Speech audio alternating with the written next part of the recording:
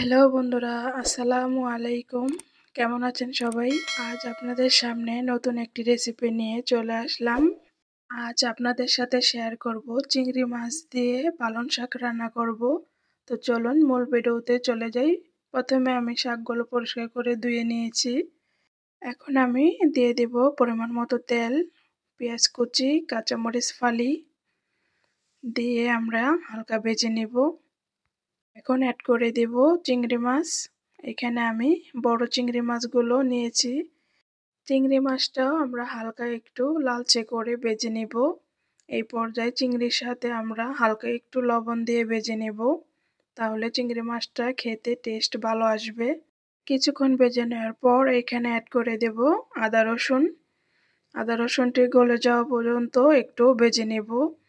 তার সাথে অ্যাড করে দেব আমরা 1 চামচ হলুদের গুঁড়া, 1 চামচ মরিচের গুঁড়া, 1 চামচ মিক্স মশলা, স্বাদ মতো লবণ দিয়ে হালকা আমরা কিছুক্ষণ ভেজে নেব মশলাটা। চুলার আঁচ থাকবে এই পর্যায়ে মিডিয়াম থেকে লো। এখন হালকা একটু ভেজে নিয়ে এইখানে আমরা অল্প পরিমাণ পানি দিয়ে মশলাটা সুন্দরভাবে কষিয়ে নেব। সবাই তো পাট শাক দিয়ে, পুঁই শাক দিয়ে, মসুরের ডাল দিয়ে খেয়েছেন, কে কে পালং শাক দিয়ে খেয়েছেন। আজ আমি রান্না করব মসুরের ডাল দিয়ে পালং শাক। তো এখানে আমি হাফ কাপের মতো ডাল হবে ধুয়ে পরিষ্কার করে এখন এর মধ্যে অ্যাড করে দিয়েছি। ভালোভাবে ডালগুলো কিছুক্ষণ আমি কষিয়ে নেব। প্রয়োজন হলে আমরা অল্প অল্প পানি অ্যাড করব।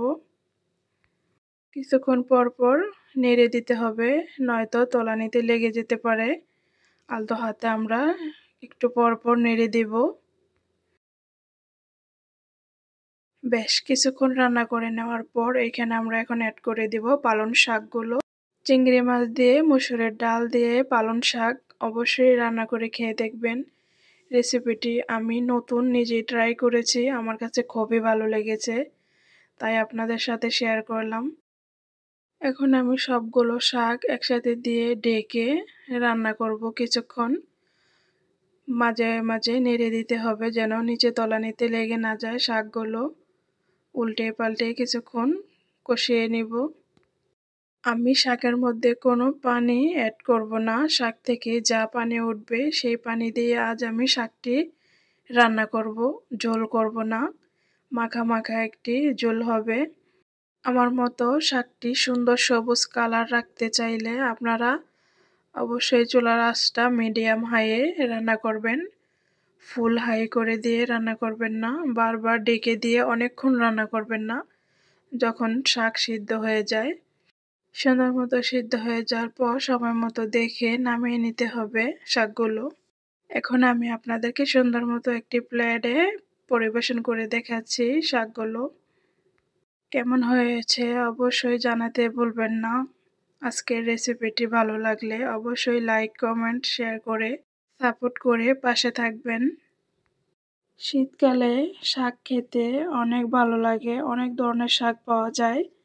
শীতের সময় এই পালং শাকটা থাকতে অবশ্যই রেসিপিটি ট্রাই করুন। সবাই ভালো থাকবেন, কথা হবে নেক্সট ভিডিওতে। আল্লাহ হাফেজ।